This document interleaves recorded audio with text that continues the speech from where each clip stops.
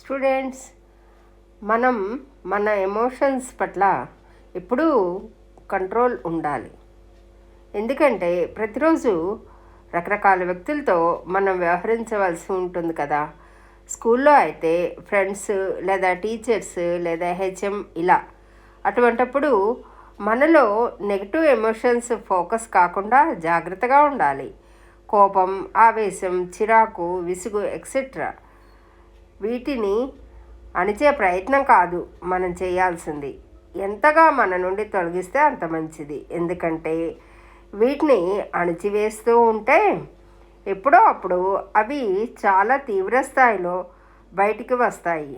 అప్పుడు మన పట్ల మనమే కంట్రోల్ లేక రెస్పాండ్ అయ్యే ప్రమాదం ఉంది. అది ఎదుటివారితో మన బంధాన్ని దూరం చేయవచ్చు. ఆ తర్వాత మనం ఎంతగా బాధపడ్డా క్షమాపణ కోరినా ఉపయోగం ఉండదు. దగ్గర వారి విషయంలో ఇలా జరిగితే వాళ్ళు మనతో తటస్థంగా ఉండవచ్చు. అంతకుముందు ఎంత మనస్ఫూర్తిగా మాట్లాడుకోగలిగినా ఇప్పుడు అలా ఉండలేరు. దానికి వారిని తప్పు పట్టడం మనం చేసే మరొక తప్పు అవుతుంది.